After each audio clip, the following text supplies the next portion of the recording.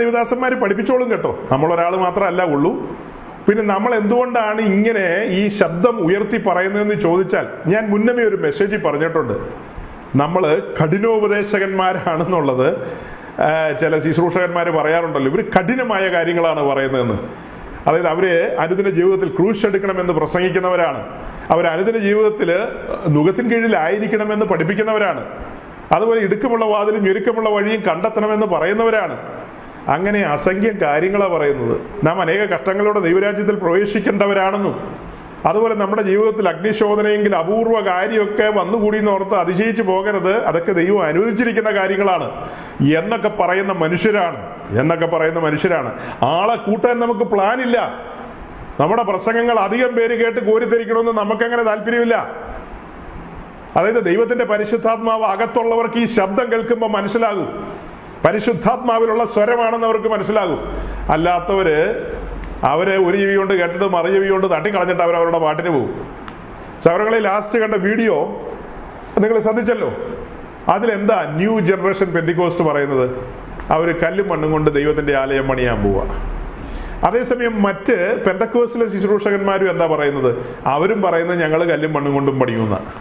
നമ്മൾ എന്താ പറയുന്നത്? നമ്മൾ പറയുന്നത് അങ്ങനെയല്ല, എൻ്റെ മുമ്പിലിരിക്കുന്ന നിങ്ങളെ ഓരോരുത്തരെയുമാണ് പണിയേണ്ടത്. നിങ്ങളിലെല്ലാം കാർണൽ നേച്ചറുണ്ട്, നിങ്ങളിൽ ആദാമ്യ പ്രകൃതിയുണ്ട്. നിങ്ങളോട് മുട്ടി നോക്കണം, അപ്പോൾ പലതും പുറത്തേക്ക് വരും. അപ്പോൾ അങ്ങനെ പുറത്തേക്ക് വരുന്ന കാര്യങ്ങളിൽ നിന്ന് നിങ്ങൾക്ക് ജയം വേണം. ചിലതൊക്കെ വെളിപ്പെട്ട് വരും, ജഡീക സ്വഭാവങ്ങൾ. അതിനെയൊക്കെ നമ്മൾ ഓവർകം ചെയ്യണം, ഓവർകമേഴ്സ് ആകണം, ജയാളികളാകണം. ജയാളികൾക്ക് വേണ്ടിയാണ് സിംഹാസനം കാത്തിരിക്കുന്നത്. അല്ലാതെ ചർച്ച് ബിൽഡിംഗ് പണിയാൻ 1 ലക്ഷം രൂപ കൊടുത്തവന് വേണ്ടിയിട്ടല്ല ഈ പറയപ്പെടുന്ന സിംഹാസനം കാത്തിരിക്കുന്നത്. അതിനു വേണ്ടിയിട്ടാണ് സിംഹാസനം ഇരിക്കുന്നത്. സിംഹാസനം ജയാളികൾക്ക് വേണ്ടിയിട്ടാണ്. അപ്പൊ ഈ ആത്മീയ സത്യങ്ങളൊക്കെ ദൈവമക്കൾ മനസ്സിലാക്കണം. നമ്മൾ വീണ്ടും പറയാണ്, ഒരിക്കലും ഒരാളെയും ഹരാസ് ചെയ്യാനോ ബുദ്ധിമുട്ടിപ്പിക്കാനോ നമുക്ക് ആഗ്രഹമില്ല. പെന്തക്കോസ്റ്റ് ലോകം ആലസ്യത്തിലാണ്. ഒരൊറ്റ കാര്യൂടെ ഞാൻ പറയാം, ഒറ്റ കാര്യം. ഇന്ന് ന്യൂസിലാൻഡിലെ നമ്മുടെ ചർച്ചിലുള്ളൊരു സഹോദരൻ ഒരു വീഡിയോ എനിക്ക് അയച്ചു തന്നു. അതായത് മലയാളക്കരയിൽ ഈ ആത്മീയ കാര്യങ്ങളെയൊക്കെ വിമർശിച്ചുകൊണ്ട് ഒരു ചാനൽ നടക്കുന്നുണ്ട്. ആ ചാനലിൽ വന്നൊരു വീഡിയോ ആണ് എനിക്ക് അയച്ചു തന്നത്. അപ്പൊ ആ സഹോദരൻ കാമ്പും കഴമ്പുള്ള കാര്യങ്ങൾ അയക്കുന്ന സഹോദരനാണ്. അതുകൊണ്ട് ഞാൻ അതെന്താണെന്ന് ശ്രദ്ധിച്ചു. അദ്ദേഹം എന്തെങ്കിലും ഒരു കാര്യമില്ലാതെ അങ്ങനെ ചെയ്യില്ലെന്ന് എനിക്കറിയാം. അതുകൊണ്ട് ഞാനിന്ന് യാത്രാ മധ്യത്തിൽ എൻ്റെ സ്നേഹിതൻ ഷിനുവും ഞങ്ങൾ ഒരുമിച്ച് ഇങ്ങനെ ഒരു കാര്യത്തിന് വേണ്ടി മുൻപോട്ട് പോകുമ്പോൾ കാറിൽ ഇരുന്നുകൊണ്ട് ആ കാര്യം ഇങ്ങനെ കേട്ടു. അതായത് ആ ചാനലിന്റെ ഉടമസ്ഥനും മറ്റൊരു ദൈവദാസനുമായിട്ടുള്ളൊരു ഇന്റർവ്യൂ ആണ്.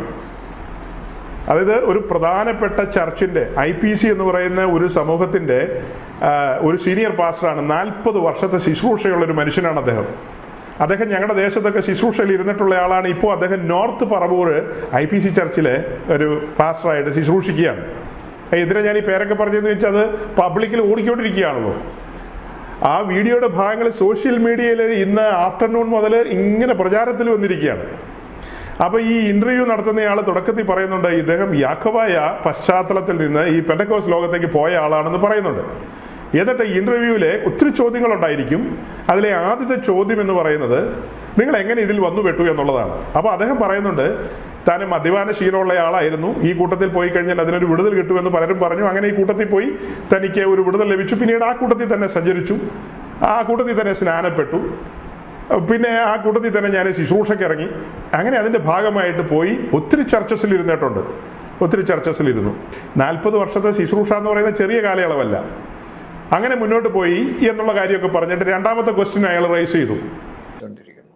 അപ്പം ആ പ്രദേശത്ത് വന്നിട്ട് ഇപ്പം ഏതാണ്ട് ഒരു 38 വർഷത്തോളമായി അങ്ങനെ കർത്താവിൻ്റെ വേല ചെയ്തുകൊണ്ടിരിക്കുന്നു. 42 വർഷത്തെ പാസ്റ്ററുടെ അനുഭവങ്ങളുടെ വെളിച്ചത്തിൽ യാക്കോബായ സഭയിൽ തന്നെ നിന്നാൽ മതിയായിരുന്നു, അബദ്ധമായി പോയി വന്നത് എന്ന് എപ്പോഴെങ്കിലും താങ്കൾക്ക് തോന്നിയിട്ടുണ്ടോ? ഞാൻ ആദ്യകാലങ്ങളിൽ അങ്ങനെ ഇല്ലായിരുന്നു. എന്നാൽ ഇന്നത്തെ അന്തരീക്ഷത്തിൽ എനിക്കെന്തോ ഒരു വലിയ മണ്ടത്തരം പറ്റിയതുപോലെ, ഒരു വിഡ്ഢിത്തരം പറ്റിയതുപോലെ തോന്നുന്നു. കാരണം ദൈവവചനം ശരിയായ നിലയിൽ പഠിക്കുകയും മനസ്സിലാക്കുകയും ചെയ്തു കഴിഞ്ഞപ്പോഴും ആത്മീയ കോളത്തിൽ നേതൃസ്ഥാനങ്ങൾ കാണിക്കുന്ന വഞ്ചനാപരമായ കാര്യങ്ങളൊക്കെ മനസ്സിലാക്കി വന്നപ്പോൾ ഇതിൽ നല്ലത് എനിക്ക് ഞാൻ ജനിച്ചു വളർന്ന സഭയിൽ വളർന്നു പോകുന്ന മതിയായിരുന്നെന്ന് പലപ്പോഴും തോന്നാറുണ്ട്.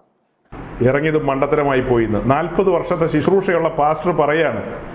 സജി പാസ്റ്റർ എന്തുകൊണ്ടാണ് ഇങ്ങനെയൊക്കെ പറയുന്നതെന്ന് നിങ്ങൾക്ക് മനസ്സിലായോ?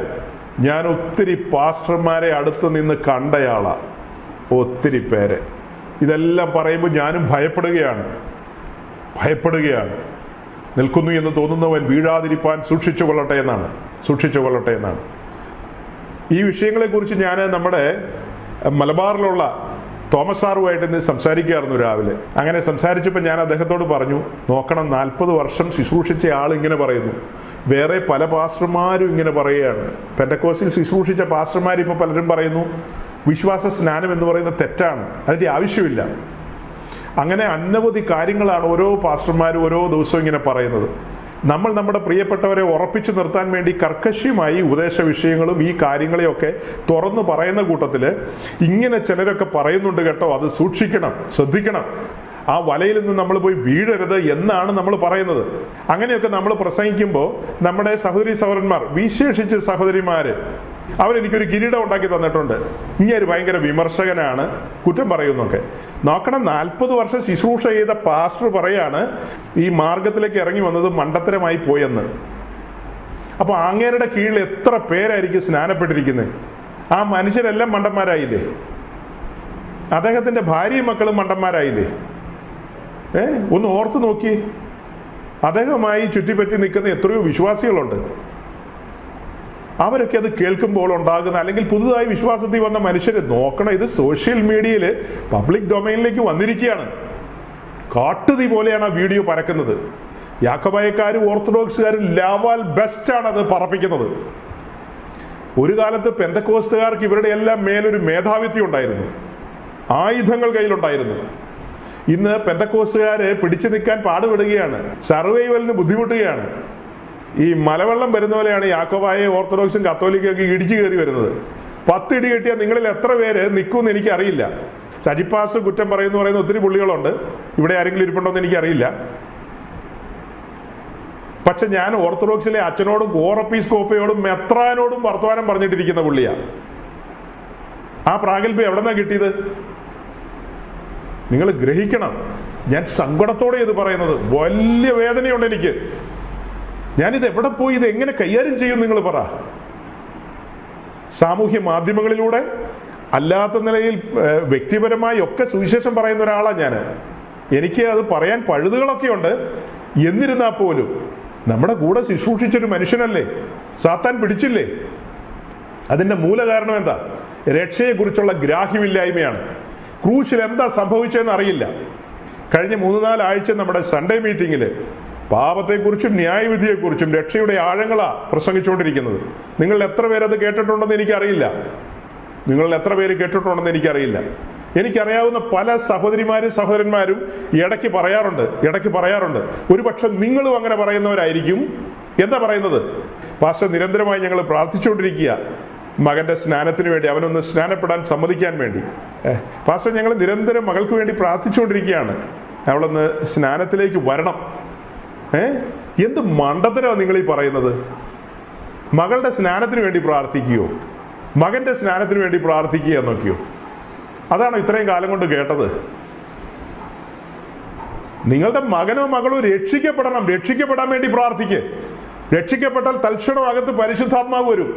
പരിശുദ്ധാത്മാവ് വന്നാൽ ഉടനടി അവർ ചാടി ഇറങ്ങി വന്നിട്ട് പറയും, ദാ വെള്ളം, ഇനി എന്താ താമസം എന്ന് ചോദിക്കും. രക്ഷിക്കപ്പെടാത്ത കൊച്ചിനെ കൊണ്ടുപോയാ വെള്ളത്തിൽ മുക്കുന്നത്. ശ്രദ്ധിച്ചു കേട്ടോണം. നിങ്ങൾ എവിടെയെങ്കിലും ഇങ്ങനത്തെ പദം ഉപയോഗിച്ചിട്ടുണ്ടെങ്കിൽ തിരുത്തിക്കോണം. കൊച്ചിന്റെ സ്നാനത്തിന് വേണ്ടി എന്തിനാ പ്രാർത്ഥിക്കുന്നത്? കൊച്ച് ക്രൂശിന്റെ മുമ്പാകെ വരണം. മോളുടെയോ മോന്റെയോ ജീവിതത്തിൽ ഒരു എൻകൗണ്ടർ നടക്കണം.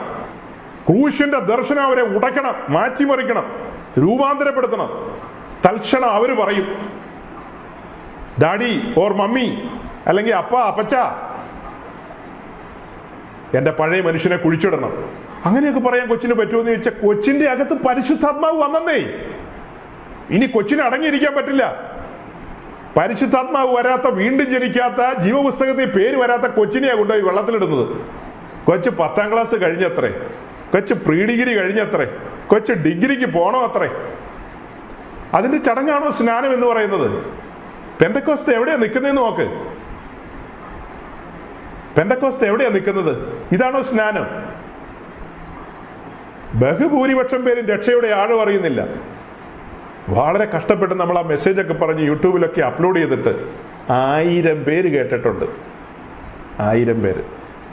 അതാ ഞാൻ തുടക്കത്തിൽ പറഞ്ഞ നമ്മുടെ സഹോദരന്മാരുടെ ഭാര്യമാരൊക്കെ കുതിരപ്പുറത്ത് കയറി നിൽക്കുന്ന ഫോട്ടോ, മാവിൻ്റെ മുകളിൽ കയറി നിൽക്കുന്ന ഫോട്ടോ, ചക്കയിടുന്ന ഫോട്ടോ, മാങ്ങ പറിക്കുന്ന ഫോട്ടോ, മാങ്ങ അരിയുന്ന ഫോട്ടോ, പിന്നെ കാറെ ചാരി നിൽക്കുന്ന ഫോട്ടോ, കിടക്കുന്ന ഫോട്ടോ, എന്തെല്ലാം ഫോട്ടോയാണ് അപ്ലോഡ് ചെയ്യുന്നത്. അതേ സമയത്ത് ഹൃദയം പിടച്ചുകൊണ്ട്, ദൈവമേ, പാപത്തിന്റെ പടുകുഴി കിടക്കുന്ന ഈ മനുഷ്യരെ, നിത്യനാശത്തിലേക്ക് പോകുന്ന ഈ മനുഷ്യരെ വല്ല പ്രകാരത്തിലും രക്ഷിക്കണമേ എന്നുള്ള പ്രാർത്ഥനയോടുകൂടി ഏതെങ്കിലും ഒരു മെസ്സേജിന്റെ ഒരു ലിങ്ക് എവിടെയെങ്കിലും ഒന്ന് ഇടുകയായിരുന്നെങ്കിൽ, ഏതെങ്കിലും ഒരു മെസ്സേജിന്റെ ലിങ്ക്. സഹോദരങ്ങളെ, ഞാൻ ലോകോത്തര പ്രസംഗാനൊന്നും അല്ല കേട്ടോ. നിങ്ങൾ ഇതൊക്കെ പറയുമ്പോൾ തെറ്റിദ്ധരിക്കരുത്. ലോകോത്തര പ്രസംഗാനല്ല, ആരാലും അറിയപ്പെടാത്തൊരു മനുഷ്യനാണ്. അത്യാവശ്യം വചന ഉപദേശം അറിയാം. എൻ്റെ അകത്തൊരു കത്തലുണ്ട്, ഞാനറിഞ്ഞ സത്യങ്ങൾ. ഞാൻ അങ്ങനെ കത്തലുള്ള ദൈവദാസന്മാരുടെ കൂടെ നടന്നവനാ. കത്തലുള്ള ദൈവദാസന്മാരുടെ കൂടെ നടന്നവനാ. ഉപദേശത്തിൽ ഒരിറ്റു വെള്ളം ചേർക്കാത്ത തലയെടുപ്പോടെ നടന്നവരുടെ കൂട്ടത്തിൽ നടന്നിട്ടുണ്ട്. അതൊക്കെ എന്നിലേക്കും പകർന്നു വന്നിട്ടുണ്ട്. കോംപ്രമൈസ് ചെയ്യില്ല. അത് പുനലൂരാണെങ്കിൽ പുനലൂർ, കുമ്പനാടാണെങ്കിൽ എവിടെ പോയി നിന്നും പറയും, ജഡത്തെ അനുസരിച്ച് നടക്കുന്നവൻ മരിക്കും നിശ്ചയം എന്ന് പറയും. എവിടെ നിന്നും പറയും. അതിനുള്ള അഭിഷേകമാണ് പകർന്നിരിക്കുന്നത്. നിങ്ങൾക്ക് തോന്നും കുറ്റം പറയുക, വിമർശിക്കുക എന്നൊക്കെ. പക്ഷെ ഞാൻ മുന്നും പിന്നും കാണുകയാണ്. പാപത്തിന്റെ പടുകുഴി കിടക്കുന്ന ഒരുത്തൻ തീപ്പൊയ്കയിലേക്ക് പോകുന്നത് കാണുകയാണ്. മറ്റൊരുത്തൻ രക്ഷിക്കപ്പെട്ടു വന്നിട്ട് രണ്ടൊരു ചത്ത അവസ്ഥയിലേക്ക് വരികയാണ്. ചത്ത അവസ്ഥയിൽ നിന്ന് ജീവൻ പ്രാപിച്ചു വന്നു, വീണ്ടും ചത്തുപോവുക. അതാണ് രണ്ടൊരു ചത്തുപോവുക എന്ന് പറയുന്നത്. വീണ്ടും ചത്ത എങ്ങോട്ടാ പോകുന്നത്? ലേക്ക് ഓഫ് ഫയറിലേക്കാ പോകുന്നത്. ഓ, ഈ കാര്യങ്ങളൊക്കെ അനുഭവിച്ചിട്ടോ, ഒരിക്കൽ പ്രകാശനം ലഭിച്ചിട്ടോ? അതെ, പറഞ്ഞിട്ട് കാര്യമില്ല. ഈ വഴിയെ തന്നെ അവർ തള്ളിക്കളഞ്ഞു. ഞങ്ങൾക്കിതൊന്നും വേണ്ടെന്നാ പറയുന്നത്. ഞങ്ങൾക്ക് ജഡിക ഉല്ലാസങ്ങളാണ് പ്രാധാന്യം. ഞങ്ങളുടെ പേരും പ്രശസ്തിയും, ഞങ്ങൾക്ക് നോവുന്നതൊന്നും ഞങ്ങൾക്ക് വേണ്ട. ഞങ്ങൾക്ക് മുൻപോട്ട് പോകണം, ഞങ്ങളെ തന്നെ പ്രദർശിപ്പിക്കണം, ഞങ്ങളെ തന്നെ നാലാൾ അറിയണം. ക്രൂശ് വെളിപ്പെടുന്നില്ലെന്ന്. യാഗപീഠം എവിടെയാ? യാഗപീഠത്തിൽ തീയൊക്കെ എന്നേ കെട്ടുപോയി. യാഗപീഠത്തിൽ തീ കത്തുന്നുണ്ടെങ്കിൽ നമ്മുടെ ജഡാഭിലാഷങ്ങളെയൊക്കെ കത്തിച്ച് കരിച്ച് ചാമ്പലാക്കി കളയും. നാം തന്നെ നമ്മെ ബലിപീഠത്തിൽ സമർപ്പിച്ചവരല്ലേ. കാഹളം ധ്വനിക്കുമ്പോൾ ചാരം പുറത്തു വരണം. കാഹളം ധ്വനിക്കുമ്പോൾ മഹാപുരോഹിതൻ കൈയിടുമ്പോൾ അതിൽ നിന്ന് ചാരമല്ലാതെ ഒരിറ്റ് മാംസമോ ഒരു കഷ്ണം എല്ലോ കിട്ടിക്കഴിഞ്ഞാൽ എങ്ങനെ ഇരിക്കും? ഓർത്തോ. നിങ്ങളെ ആരും രസിപ്പിക്കുന്ന പ്രസംഗനല്ല ഞാൻ. നിങ്ങളെ ആരെയും കോരിത്തെരിപ്പിക്കുന്ന പ്രസംഗനല്ല. അതിന്റെ അഭിഷേകമല്ല എൻ്റെ മേൽ വന്നിരിക്കുന്നത്. ഏത് സംഘടനക്കാരാണെങ്കിലും ആരാണെങ്കിലും കൊള്ളാം. 40 വർഷത്തെ ശുശ്രൂഷയുള്ള പ്രായമുള്ള വന്യവയോധികനായ മുഴുവൻ നരച്ച മനുഷ്യൻ ആ പറഞ്ഞപ്പോൾ ഒരു കോടാലി എടുത്ത് എൻ്റെ ചങ്കിൽ വെട്ടിയതുപോലെ എനിക്ക് ഫീൽ ചെയ്യുന്നത്. ഒരു കോടാലി എടുത്ത് പിന്മാറിയൊക്കെ ആളുകൾ പോയിട്ടുണ്ട്.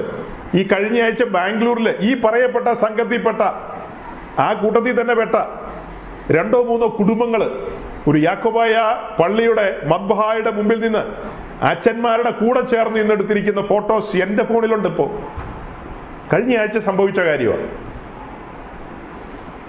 അന്നേരം ഒന്നും എനിക്ക് ഇത്ര ദുഃഖം തോന്നിയില്ല സഹോദരങ്ങളെ. അന്നേരം ഒന്നും ഇത്ര ദുഃഖം തോന്നിയില്ല. ഓക്കെ, അവർ പിന്മാറിയിരിക്കുന്നു, അവർ നാശത്തിലേക്ക് പിന്മാറിയിരിക്കുന്നു, അത്രയൊക്കെ തോന്നിയോളൂ. സങ്കടമൊക്കെയുണ്ട്. പക്ഷേ ഇതങ്ങനെയല്ല. ശുശ്രൂഷാമുഖത്ത് നിന്ന് ഒരു ദൈവത്തിന്റെ ഭടൻ ആ ഭടനെ വീഴ്ചിരിക്കുന്നു. അതിന്റെ കാരണം എന്താ? കഴിഞ്ഞ കുറേ കാലങ്ങളായിട്ട് 10, 30, 35 വർഷമായിട്ട് പെന്തിക്കോസിൽ ക്രൂശ് വെളിപ്പെടുന്നില്ല. ക്രൂശിക്കപ്പെട്ട ക്രിസ്തുവിന് പകരം വേറെ ഒരു ക്രിസ്തുവിനെയാണ് പ്രസംഗിക്കുന്നത്.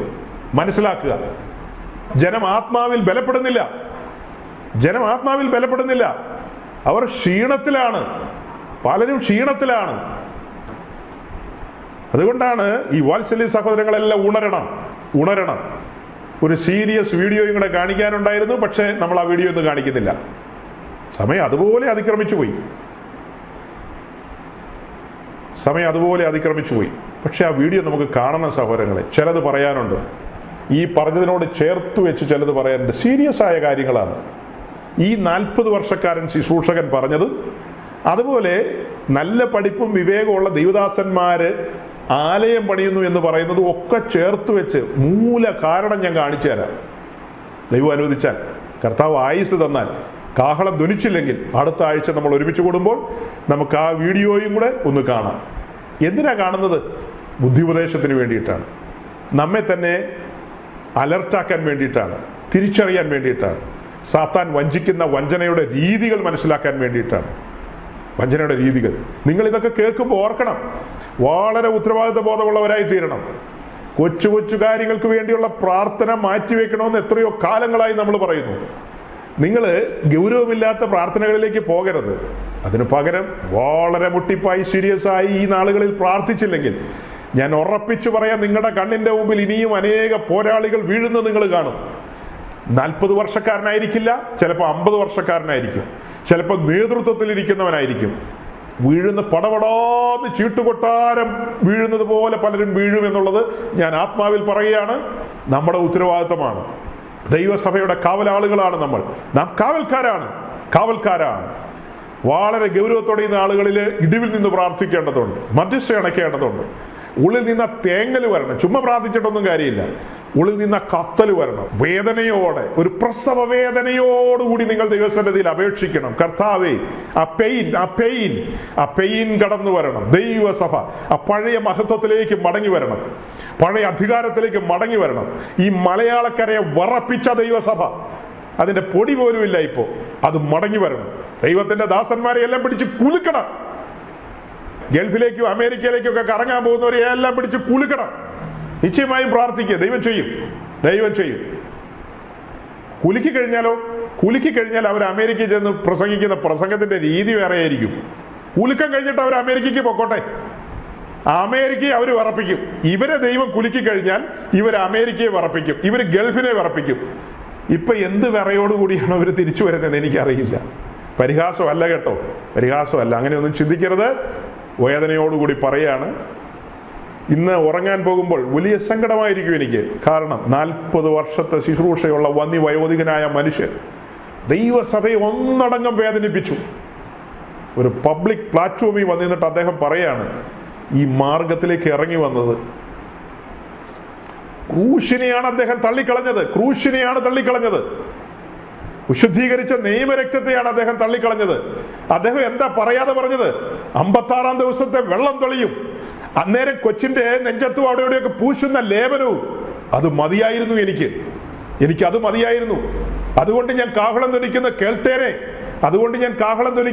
കേട്ടേനെ എന്നാണ് അദ്ദേഹം പറഞ്ഞു വരുന്നത്. അങ്ങനെയല്ലേ പറയുന്നതിന്റെ അർത്ഥം? അങ്ങനെയല്ല അതിന്റെ ശരിയായ സത്യം എന്ന് അറിഞ്ഞവരാ നമ്മള്.